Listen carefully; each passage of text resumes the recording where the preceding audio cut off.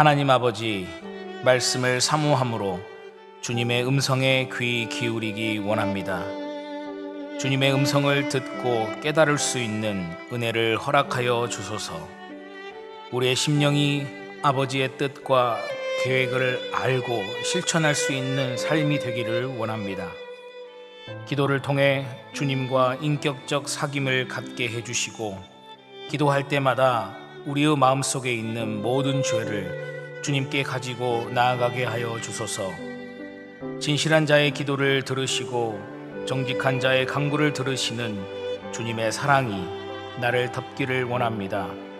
주님께서 말씀하시는 그 음성을 듣고 날마다 새롭게 빚어져가는 저희가 되게 하여 주소서. 예수님의 이름으로 기도합니다. 아멘.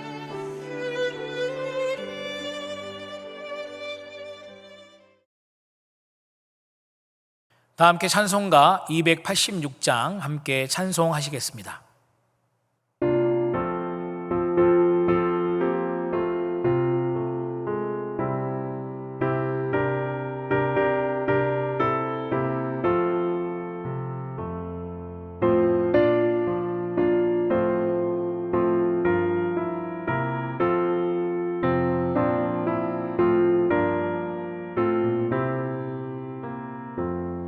주 예수님 내 맘에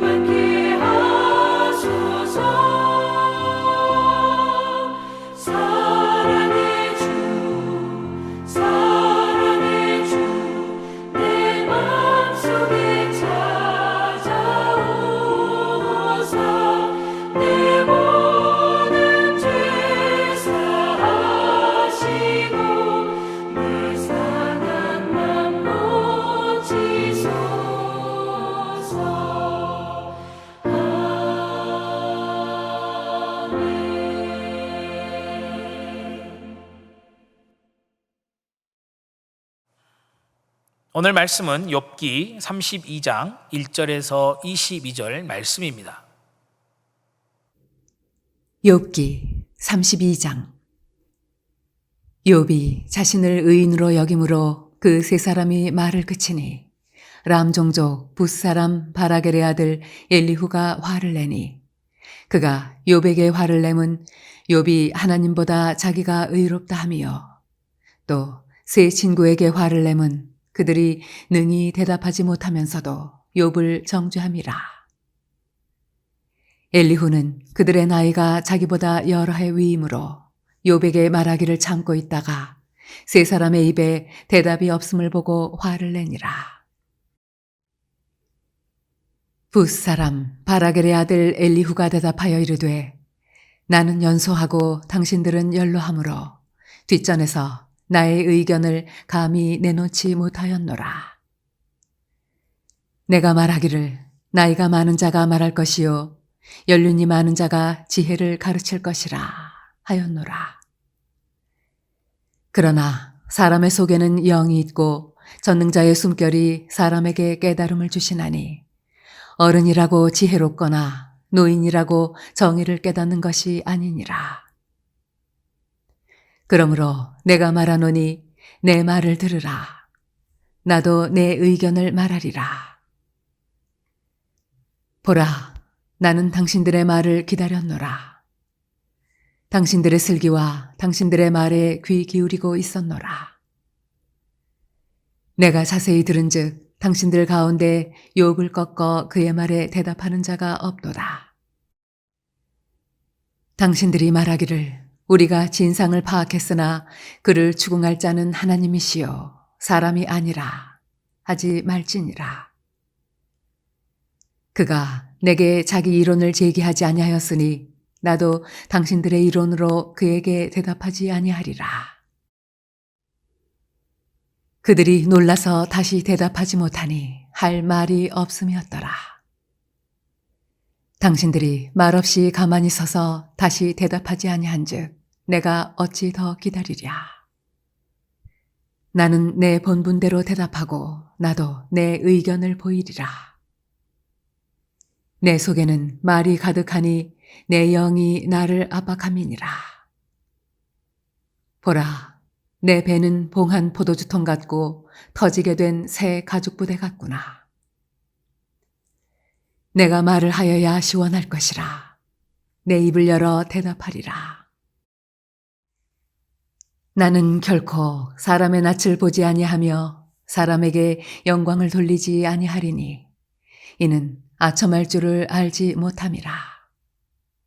만일 그리하면 나를 지으신 이가 속히 나를 데려가시리로다. 오늘 함께 읽으신 본문은 욥의 마지막 변론이 마쳐지고 이제 마지막으로 등장하는 새로운 논객 엘리후의 변론이 시작되는 부분입니다. 엘리후는 그전에 있었던 욥의 세 친구들의 논쟁 가운데는 등장하지 않았던 그런 새로운 인물이죠. 엘리후의 변론의 이 전체적인 사상을 보면 사실 그의 변론도 욥의 세 친구들의 변론과 확연하게 다른 점은 없습니다. 그도 역시 이 고통과 고난을 죄의 결과로 보고 있는 사람입니다. 그런데 오늘 본문을 살펴보면 욥의 이야기를 다 듣고 난 이 엘리후의 반응을 본문이 기록하고 있습니다. 2절과 3절에 기록되어져 있는데요. 람 종족 부스 사람 바라겔의 아들 엘리후가 화를 내니 그가 욥에게 화를 내면 욥이 하나님보다 자기가 의롭다 하며 또 세 친구들에게 화를 내면 그들이 능히 대답하지 못하면서도 욥을 정죄함이니라. 아멘. 특이하게 엘리후는 욥에게만 화를 낸 것이 아니라 욥의 세 친구들에게도 화를 냈음을 알 수 있습니다.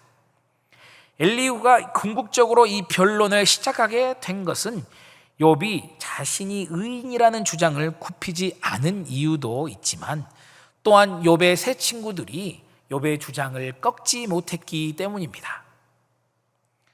엘리후의 변론의 의도만 살펴보면 사실 너무나도 정당한 의도를 가지고 욥과 그의 친구들에게 이야기하고 있기 때문에 그의 행위에 대해서 우리가 어떤 부정적인 말을 할 수 없습니다. 저라도 이런 상황이었다면 엘리후처럼 행동하지 않았을까라는 생각이 들었습니다. 그런데 여기서 우리가 주목해야 할 것은 바로 엘리후의 감정입니다. 방금 전에 함께 읽었던 본문의 말씀에서 엘리후가 이 대화를 시작하게 된 그의 감정이 나타나 있죠. 바로 화입니다. 엘리후는 욥과 욥의 세 친구들의 대화를 듣고 화가 났던 것입니다. 성경은 얼마나 화가 많이 났는지 4번에 걸쳐서 그의 화남을 강조하고 있습니다. 그럼 여러분, 보통 화가 나면 어떻게 됩니까? 사람이 화가 났을 때 어떤 반응을 보이며 또 어떻게 행동하게 됩니까? 사람이 화가 나면 판단이 흐려지게 됩니다. 이 컨트롤이 잘 안 되는 것이죠. 그래서 더 쉽게 실수를 저지르게 되는 것입니다. 또한 다른 사람을 오해하는 그런 실수도 저지릅니다. 엘리후도 예외는 아니었습니다. 2절을 보시면 엘리후가 욥에게 화를 낸 것이 욥이 자신을 하나님보다 더 의롭다고 했기 때문이다라고 말씀해서 기록하고 있습니다. 그런데 문제가 무엇이냐? 욥이 자신을 하나님보다 더 의롭다고 한 적이 없다는 것입니다.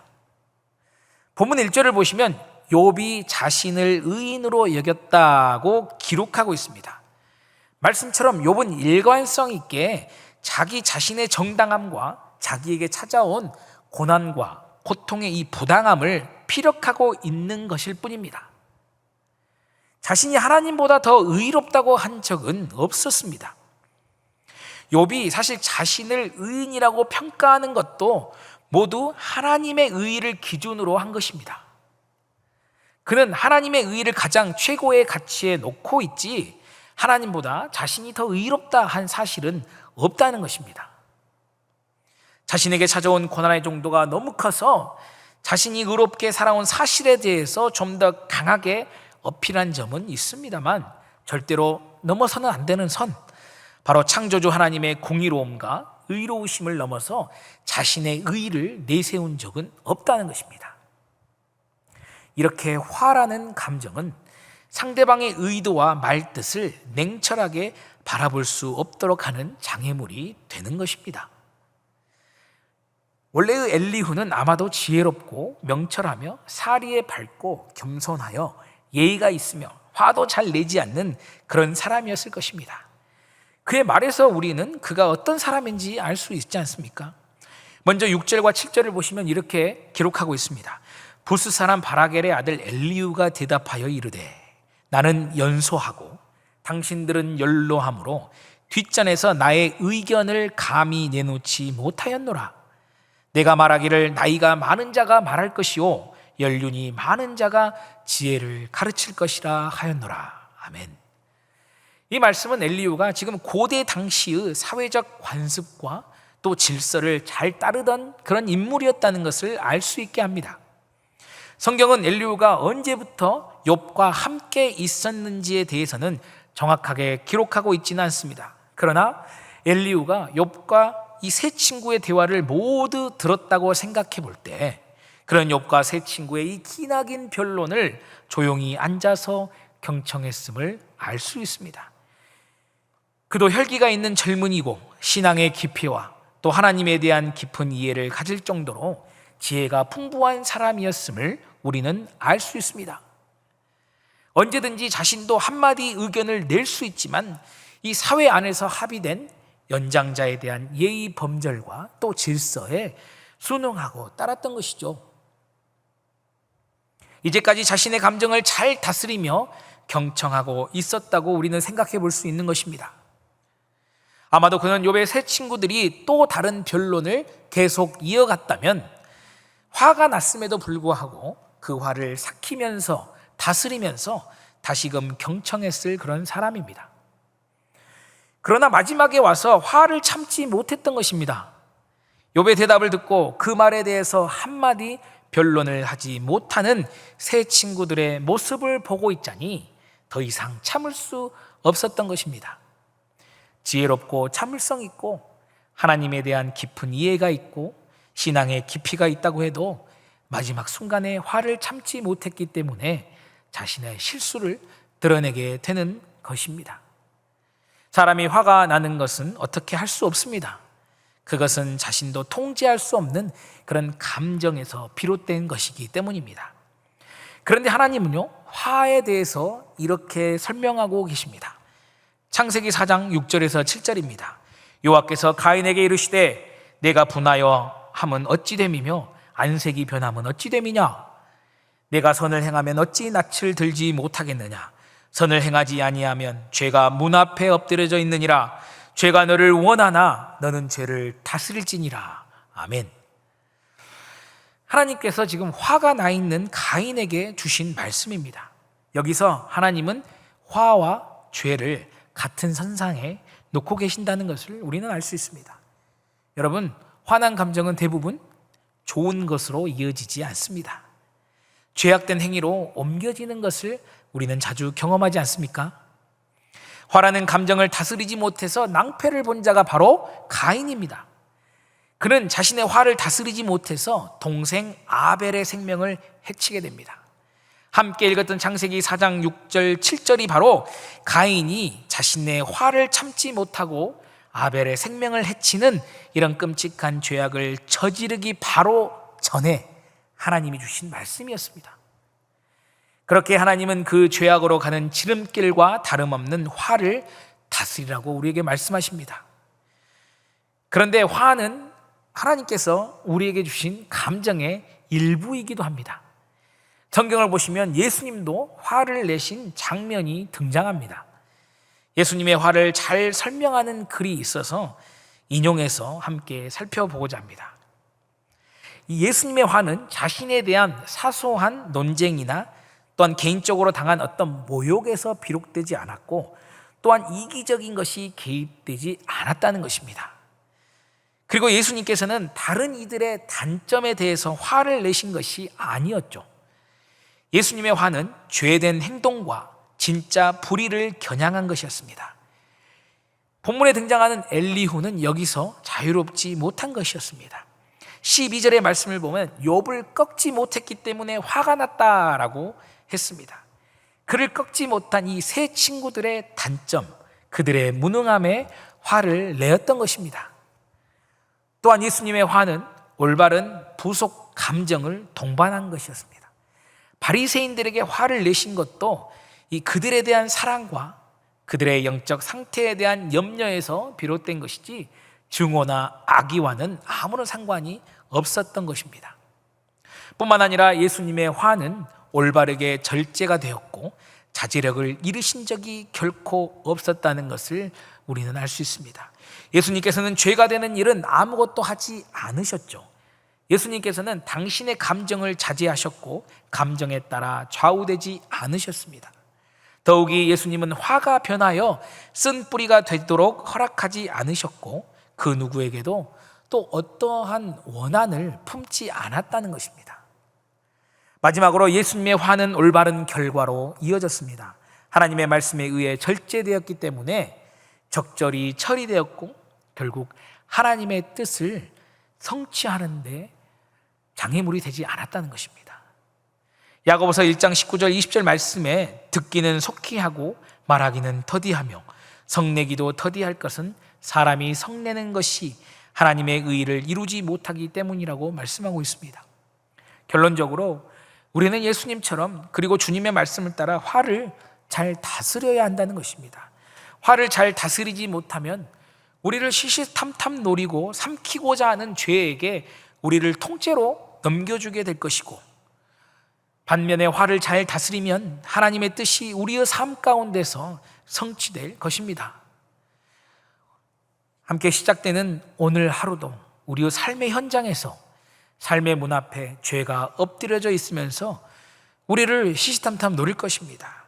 그러나 주님의 말씀을 기억하고 인생의 길을 먼저 걸어가셨던 예수님의 모습을 기억한다면 우리는 죄의 노예가 되지 않고 죄를 다스리는 믿음의 삶을 살 수 있을 줄로 믿습니다.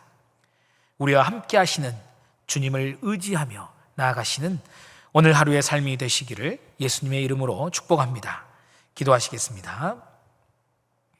사랑의 하나님 감사합니다. 인간의 몸을 입고 이 땅에 오셔서 먼저 우리의 인생의 길을 걸어가시며 본이 되어주신 주님의 사랑에 감사를 드립니다.